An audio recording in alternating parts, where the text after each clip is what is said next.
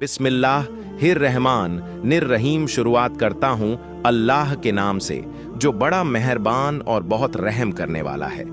प्यारे दोस्तों, मेरी तरफ से तमाम मुसलमान भाइयों और बहनों को अस्सलामु अलैकुम वरहमतुल्लाह व बरकातुह। आज हम जिन शख्सियतों के बारे में बात करने जा रहे हैं उनकी मिसाल पूरी दुनिया में कहीं नहीं मिलती। ये वो हस्तियां हैं जिन्होंने इस्लाम की खातिर अपनी जानें कुर्बान की, अपने खून से दीन की सिंचाई की और कभी भी जुल्म के आगे सर नहीं झुकाया।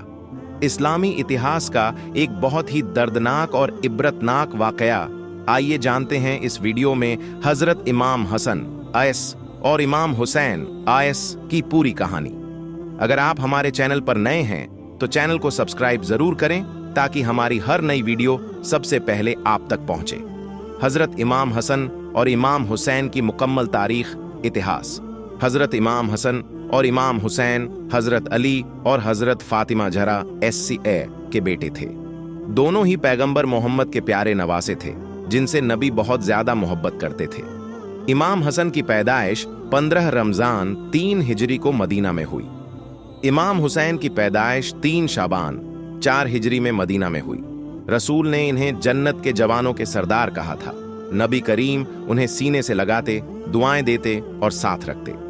इमाम हसन असस की सीरत जीवन। इमाम हसन नर्म मिजाज, बेहद सब्र करने वाले और सखावत वाले इंसान थे।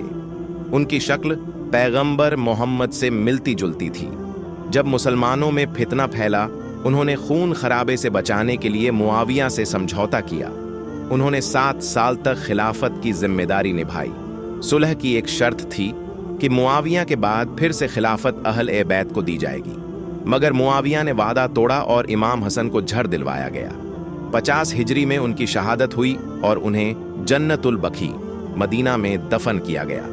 इमाम हुसैन असद की सीरत और करबला का वाकया। इमाम हुसैन बहादुर, न्यायप्रिय और मजलूमों के हमदर्द थे।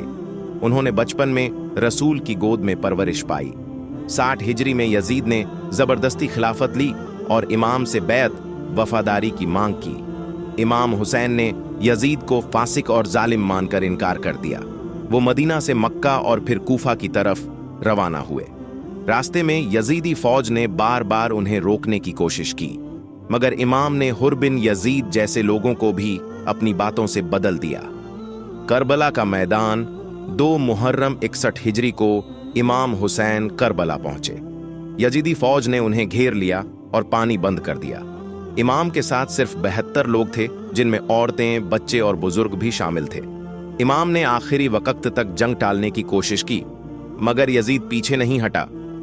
10 मुहर्रम को आशूरा के दिन इमाम ने फज्र की नमाज पढ़ी और अपने साथियों को रुखसत होने की इजाजत दी, मगर किसी ने उन्हें अकेला नहीं छोड़ा। शहादतों का सिलसिला सबसे पहले उनके बेटे अली अकबर, जो हुजूर की शबीह थे, शहीद हुए। फिर उनके भतीजे कासिम 13 साल शहीद हुए। हजरत अब्बास ने सक्काए करबला बनकर वफा की मिसाल कायम की। 6 महीने के अली असगर को भी जुल्म का निशाना बनाया गया। आखिर में इमाम खुद मैदान में उतरे, बहादुरी से लड़े और शहीद हो गए। उनका सर कटा और नीजे पर उठा दिया गया। उनके जिस्म को घोड़ों के पैरों से रौंदा गया।